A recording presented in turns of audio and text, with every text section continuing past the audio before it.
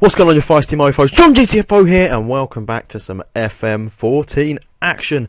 The Eagles' ascension. Now, this is what is going to be going down.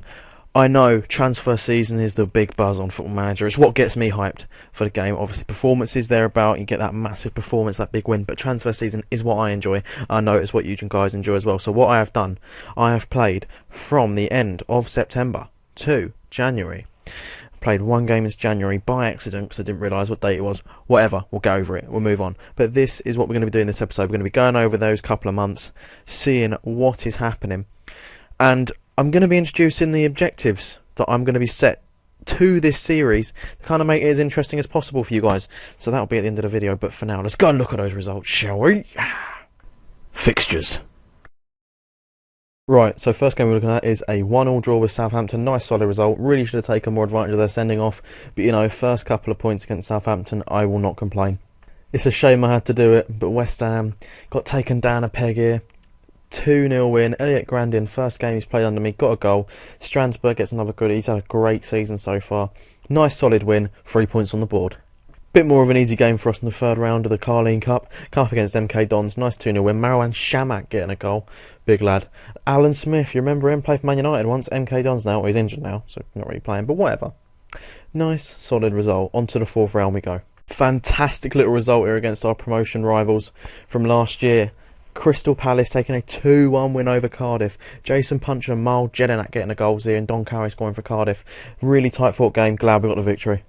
Really boring game, this one up against Aston Villa. 0-0. Matthew Lowton injury was the highlight of the game, which is pretty bad to say. But, you know, Jack Hunt getting a man of the match. Really tasty little right back I've been given here. Really developing into a good player, and he's showing his quality. But we did get dominating possession. Kind of glad we didn't lose, to be honest. Right, let's be honest. Pulling out a result at Man City was never really going to be much of an option. But, you know, we've got George Valdivia getting an injury here as well to add insult to, well, literally to injury. But, you know, 3-0 loss, kind of expected it. Not really many positives I can take out of this. They outclassed us on the day. Nothing we could do. Sadly, the losing streak carries on. We play Everton, doing really well this season. 3-0 loss, not really many positives we can take again. Outplayed us on the day. Really good team. Hopefully we can develop and get to that sort of level.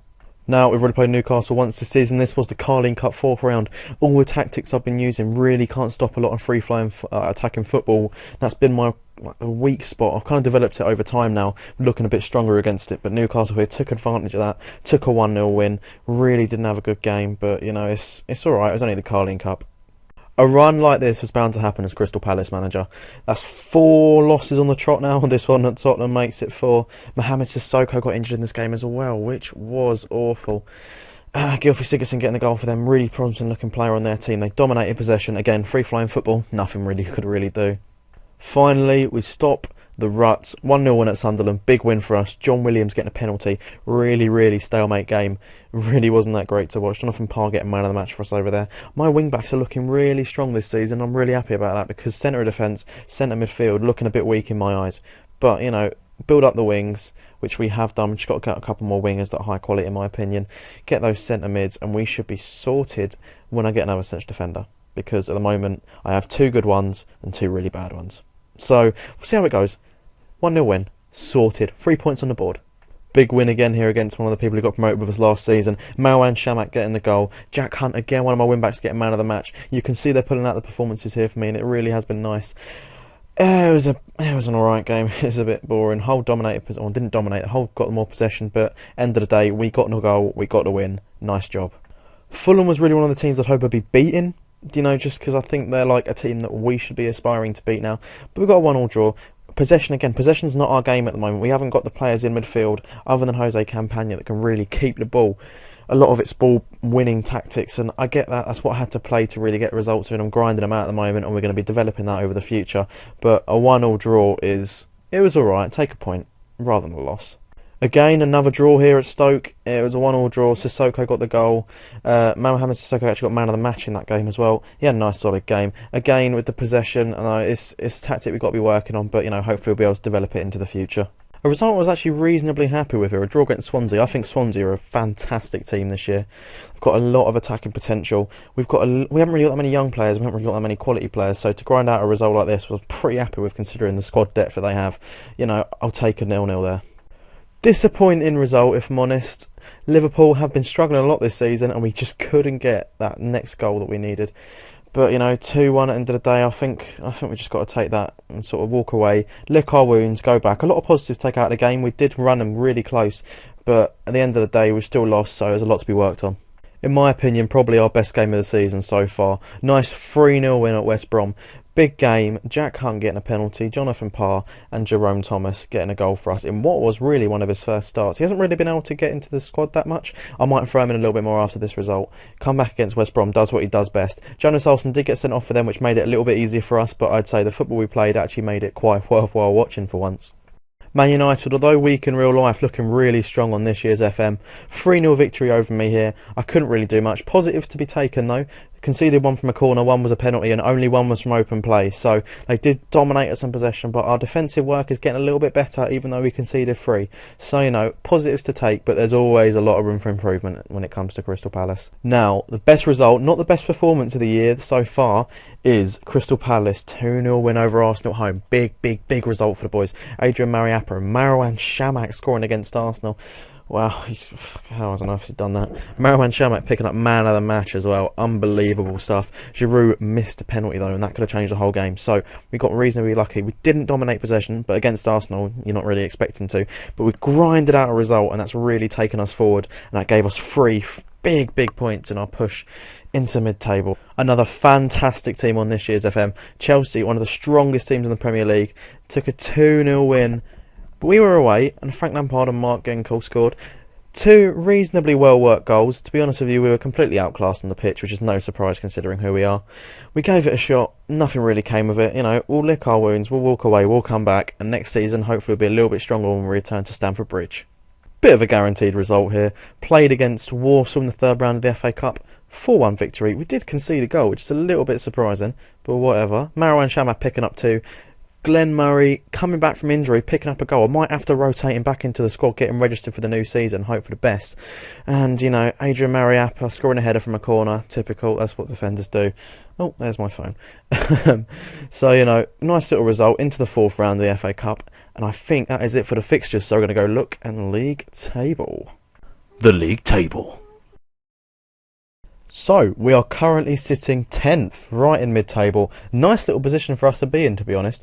So far, we have 26 points from 20 games, which is, in my eyes, a lot more than I expected us to have. We've nicked 7 wins, 8 losses, 5 draws. Nice little result. We have got a negative goal margin, which is a little bit annoying. I'd wish that would be a little bit higher, but that's down to us not really scoring that many goals and sometimes conceding a few more than we should. But overall, looking positive. What I will say, Liverpool down there in 17th. Not quite sure what's going on there. They got Suarez on the left wing, Ego Aspas up front.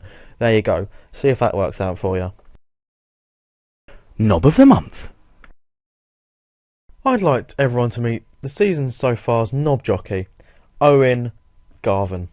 Well, let me tell you about this little kid. He is one unhappy little man. I will tell you that. Now, he is a centre midfielder. He's currently rated 3.5 star at Crystal Palace, which means he's a championship player.